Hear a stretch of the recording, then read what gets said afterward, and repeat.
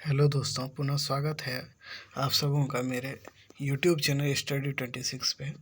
और हम लोग इतिहास की कड़ी में जो तैयारी कर रहे थे उसमें हमने वैदिक काल आरंभ किया था। उसके साहित्य की चर्चा हमने पहले कर दिया है और उसी कड़ी में हम लोग ऋग्वैदिक कालीन राजनीतिक स्थिति की चर्चा इस वीडियो के माध्यम से करेंगे।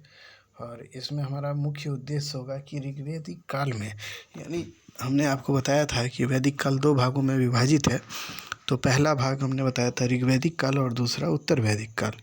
तो ऋग्वैदिक काल जो है, ऋग्वैदिक काल, वह आपको हमने बताया था कि 1500 ईसा पूर्व से 1000 ईसा पूर्व के काल को ऋग्वैदिक काल कहा जाता है। और उत्तर वैदिक काल जो है 1000 से 600 ईसा पूर्व के काल को उत्तर वैदिक काल कहा जाता है। तो ऋग्वैदिक काल की हमने तिथि भी आपको बताई।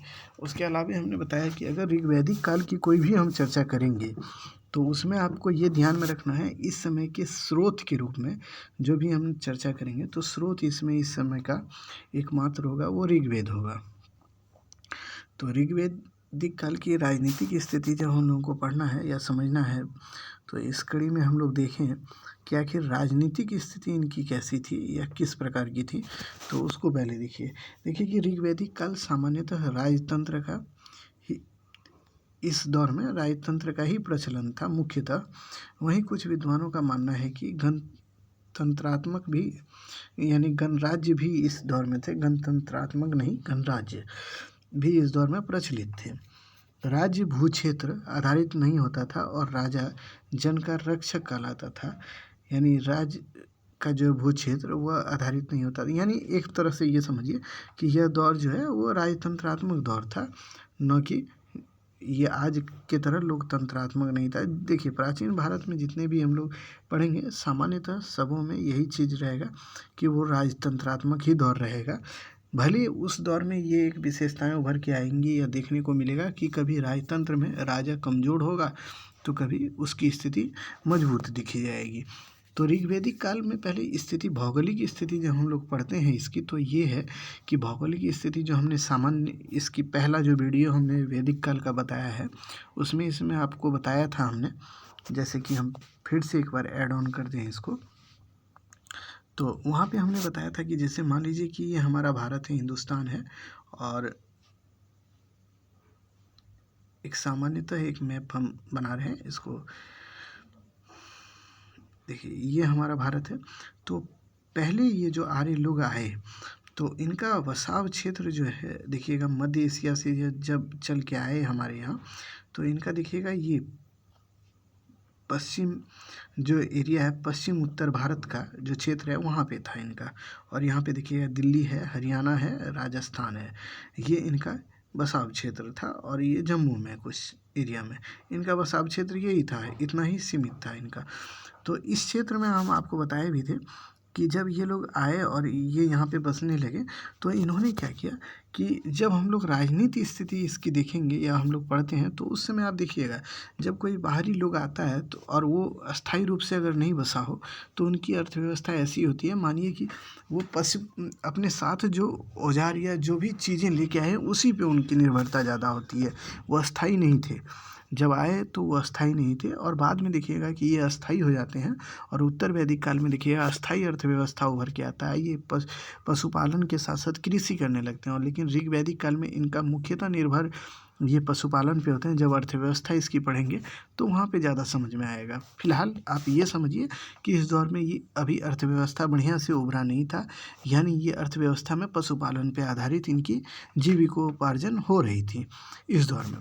चलिए, इसमें अब हम लोग देखते हैं कि आखिर देखिए ये जो ऋग्वैदिक काल है इसमें मान लीजिए ये राजतंत्रात्मक था, तो आखिर राजा की स्थिति यहाँ पे कैसी थी। तो राजा को इस समय देखिए, वैदिक काल आप जब पढ़िएगा तो इसमें संस्कृत वर्ड का यूज होगा, उसको ध्यान में रखना। और वही आपसे पूछ लेता है कि राजा को आखिर क्या कहा जाता था उस दौर में, फिर उत्तर वैदिक काल में क्या कहा गया, तो वो आपके लिए महत्वपूर्ण हो जाता है। जो महत्वपूर्ण होता है वो हम बताते चलते हैं।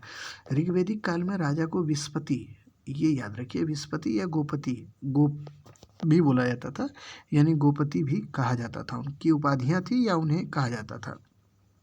राजा के दो कार्य होते थे, युद्ध में नेतृत्व करना और दूसरा है अपने जीवन की रक्षा करना। यानी इनका कार्य, राजा की स्थिति ऐसी थी, राजा को पहले गोपति या विस्पति कहा जाता था। दूसरी, राजा की स्थिति ऐसी थी कि युद्ध अगर कोई कबीलाई क्षेत्र में होता था तो उसका नेतृत्व भी राजा करता था और अपने जीवन की रक्षा करना भी राजा का काम होता था। राजपद अभी देवीय नहीं था, यानी राजा की स्थिति कबीलाई मुखिया के रूप में थी, यानी वो एक कबीले का नेतृत्व करता था। यानी अभी जन ही बना है, यानी जन से जनपद जो हम देखेंगे उत्तर वैदिक काल में कि वो जनपद बन जाता है जन से। और फिर उत्तर वैदिक काल के बाद आप जब देखिएगा मौर्य ये बुद्ध काल जो आता है, 6ठी शताब्दी ईसा पूर्व का काल जो होता है, वहीं पे आप देखिएगा महाजनपद, 16 महाजनपद उभर के आए, जिसमें एक आपको मगध महाजनपद है, अंग है, चंपा, ये सभी आपको चर्चाएँ देखने को। और फिर साम्राज्य बनता है, ये क्रम है। तो यहीं देखिए ये जन में थे पहले, अभी कबीला के रूप में ही ये लोग आए। मतलब देखिए बाहरी कोई लोग आया तो कबीलाई रूप में रहा और उनका मुख्य कार्य था यहाँ पशुपालन कर रहे थे, कंदमूल इकट्ठा करके खा पी रहे थे, इसी तरह से उनका जीवन यापन चल रहा था। तो यही ऋग्वैदिक काल में स्थिति थी इनकी। ऋग्वैदिक काल में कुछ उदाहरण ऐसे भी मिलते हैं जिससे पता चलता है कि समिति के माध्यम से राजा का निर्वाचन होता था।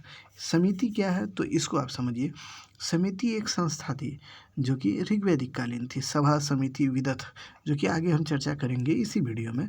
तो पहले ये समझ लीजिए कि समिति के माध्यम से इनका जो है निर्वाचन होता था, बस इतना ही जानिए। यहाँ पे राजा भूमि का स्वामी नहीं होता था, भूमि पर स्वामित्व संपूर्ण कबीले। यानी मान लीजिए राजा की स्थिति ऐसी थी कि आप हमारा नेतृत्व कीजिए और युद्ध कीजिए और अपने जान की भी रक्षा कीजिए और बदले में आपको हम ये उपाधि देंगे, क्या, विस्पति या गोपति की उपाधि हम देंगे। कबीला के लोगों के द्वारा इसको चुन के ये उपाधि दिया जाता था। तो ये विशेषाधिकार राजा की यही थी, स्थिति यही थी ऋग्वैदिक काल में। ऋग्वैदिक काल में कुछ प्रशासनिक अधिकारी भी थे जिनकी चर्चाएं ऋग्वेद में हुई है, तो उसको हम लोग देख लेते हैं। राजा के बाद प्रशासनिक अधिकारी, तो देखिए पुरोहित। पुरोहित आज भी आप देखते हैं धर्म से संबंधित ये होते हैं।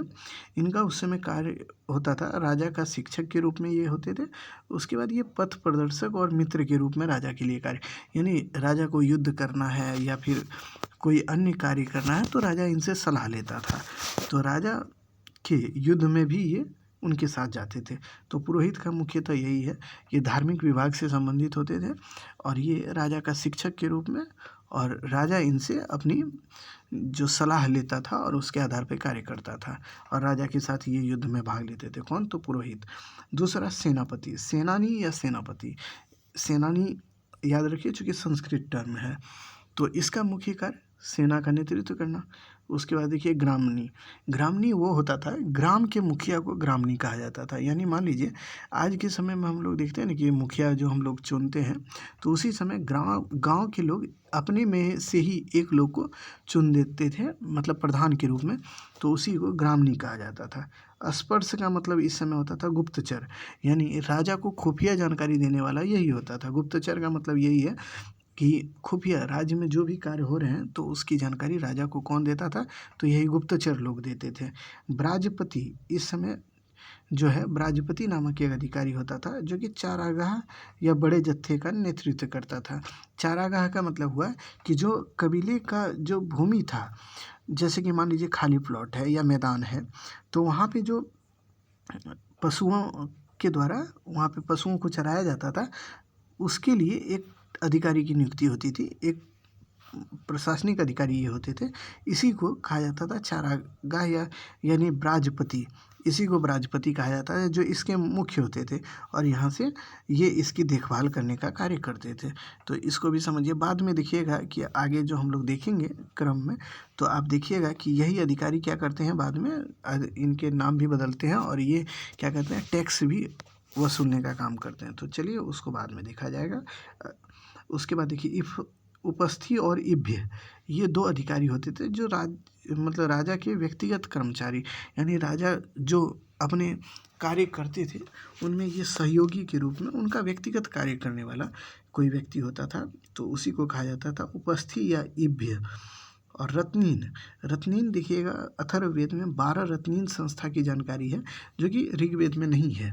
और ऋग्वेदिक काल में उन 12 रत्नीन संस्थाओं की जानकारी हम लोगों को नहीं पढ़नी होती है, वो उत्तर वैदिक काल में हम लोग पढ़ेंगे। तो वही हम ट्रांजिशन इसमें दिखाएंगे, आपको बताएंगे। जब हम उत्तर वैदिक काल पढ़ेंगे तो आपको बताएंगे ऋग्वैदिक काल में क्या था और उत्तर वैदिक काल में वही क्या परिवर्तित हुआ और उसमें स्थितियाँ कैसे बदली।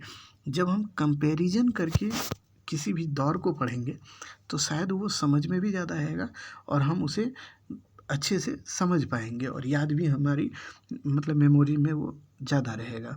तो देखिए रत्नीन के अंतर्गत सेनानी है, ग्रामनी है, सूत है और कर्मार है।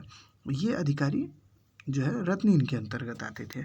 तो इनको हम लोग उत्तर वैदिक, इसमें केवल यही जानिए कि रत्नीन नामक एक प्रशासनिक अधिकारी होता था जो ऋग्वैदिक काल में, उत्तर वैदिक काल में इसकी चर्चाएं ज़्यादा है तो उसमें वहाँ हम लोग पढ़ेंगे उसको।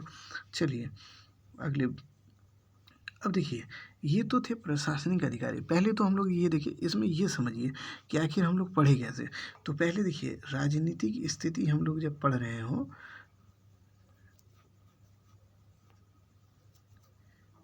स्थिति इनकी जब पढ़े तो इसमें हम लोग देखिए डायग्राम ऐसे समझिए इसका। पहले तो यहाँ पे आखिर कैसी व्यवस्थाएं थी, व्यवस्था कैसी थी, व्यवस्था तो हम लोग बताया आपको कि यहाँ व्यवस्था जो थी वो राजतंत्रात्मक थी, यानी राजा ही प्रमुख होता था। तो फिर राजा जब प्रमुख होता था तो राजा की स्थिति क्या थी ये हमने बताया आपको। तो अगर राजा स्थिति जिस प्रकार की थी तो उसके बाद राजा को सहायता करने वाला कौन कौन था, तो यानी प्रशासनिक अधिकारी कौन कौन था, इसकी हम लोग ने चर्चा किया। और इसके बाद हम लोग इसमें चर्चा करते हैं कि आखिर प्रशासनिक अधिकारी जब इस प्रकार का था तो और जो है प्रशासनिक संस्था जो मतलब ये अधिकारी होंगे, जैसे आज मान लीजिए आज के आईएएस हैं या आईपीएस हैं या कोई भी अधिकारी हैं तो वो कहीं ना कहीं किसी न किसी संस्था से जुड़े हैं। तो प्रशासनिक संस्था फिर कैसा था इनका, इसको हम लोग देखते हैं और फिर इनके बारे में देखेंगे कि आखिर मान लीजिए प्रशासनिक संस्था हम लोग देख लिए कि इनका कैसा था। तो हम लोगों को बाद में पढ़ना पड़ता है कि भाई देखिए प्रशासनिक संस्था हम लोग देख लिए, उसके बाद अगला पॉइंट इसमें बनता है कि आखिर इस दौर में जो है वो, जैसे मान लीजिए आज के दौर में आप समझिए, अभी से समझिए चूँकि ये ज़्यादा समझ में आएगा कि अभी के दौर में जैसे होता है ना, एक परिवार होता है, परिवार के बाद गांव होता है, गांव के बाद जिला होता है, या नहीं तो आप कह दीजिए प्रखंड होता है, प्रखंड के बाद जिला होता है, जिला के बाद राज्य होता है, राज्य के बाद ये पूरा देश होता है, राष्ट्र होता है, जिसको राष्ट्र हम लोग बोलते हैं वो होता है। तो उसी दौर में क्या था, पहले कुल होता था।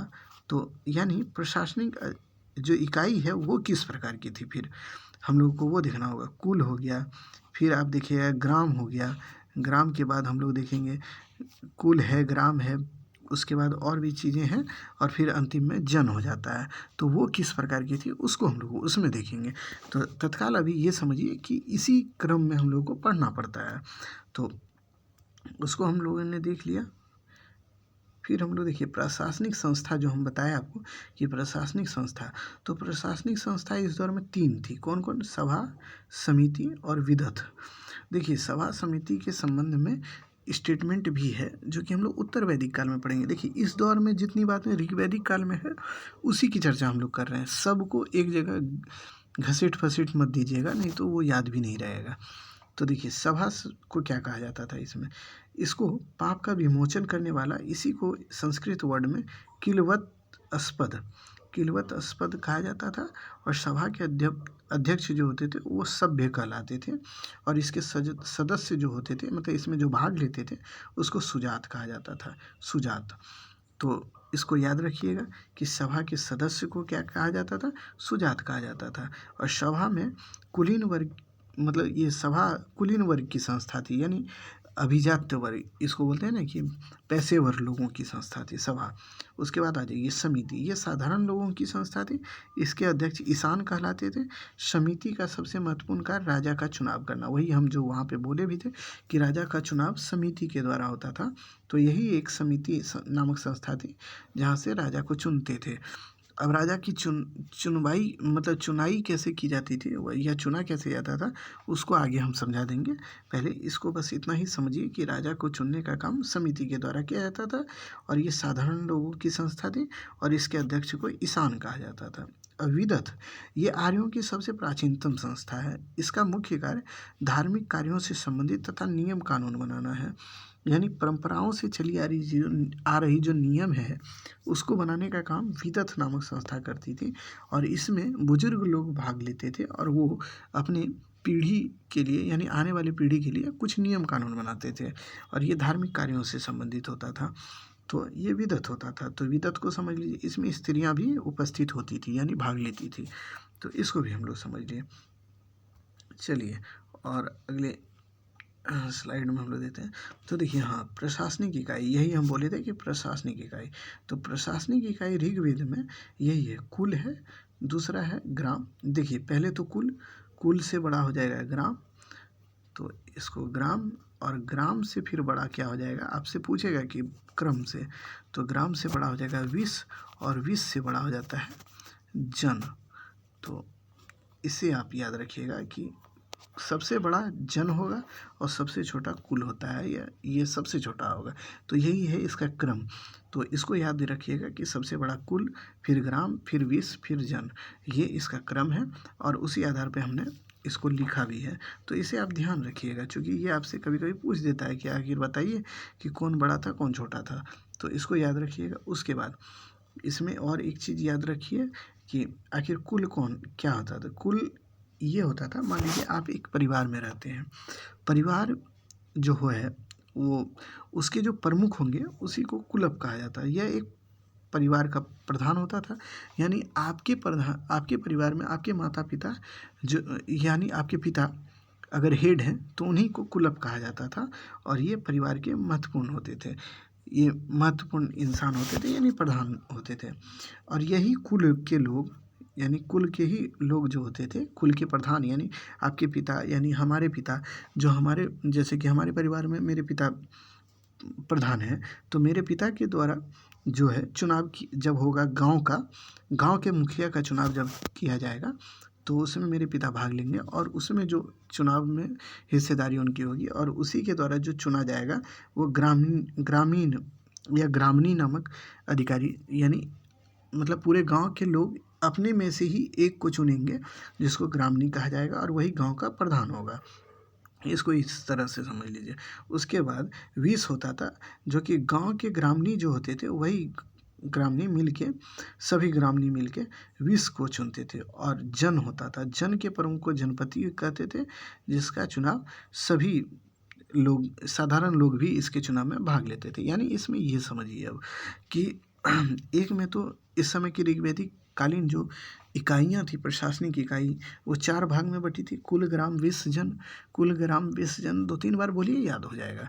तो कुल के प्रमुख को कुलपति कहा जाता था या कुलप कहा जाता था, गांव के प्रमुख को ग्रामणी कहा जाता था, विश्व के प्रमुख को विश्वपति कहा जाता था और एकमात्र याद आपको ज़्यादा अच्छे से याद रखना है, जन के प्रमुख को जनपति या गोप कहा जाता था, या गोपति भी बोल सकते हैं, जनपति भी बोल सकते हैं और गोप भी बोल सकते हैं।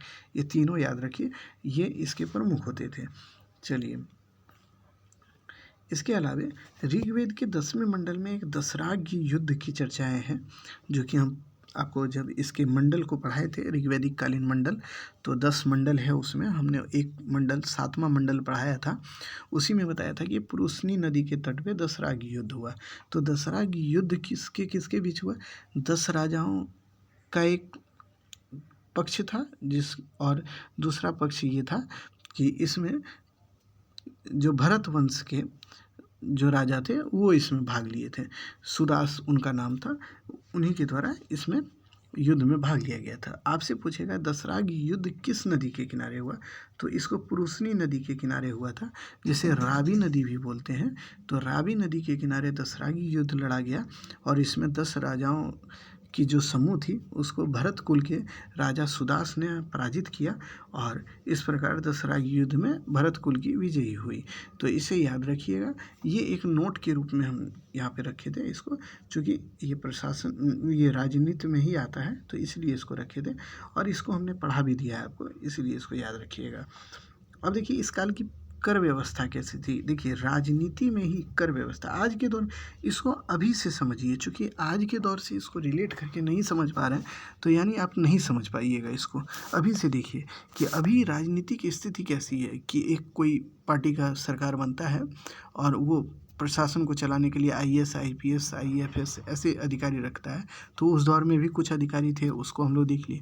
अब देखिए वो क्षेत्र में बँटा होता है आज का, जैसे ज़िला है, गांव है, फिर आप देखें पंचायत होता है, फिर अभी राज्य होता है। तो उसी तरह से प्रशासन की इकाई थी तो उसको हमने बता दिया।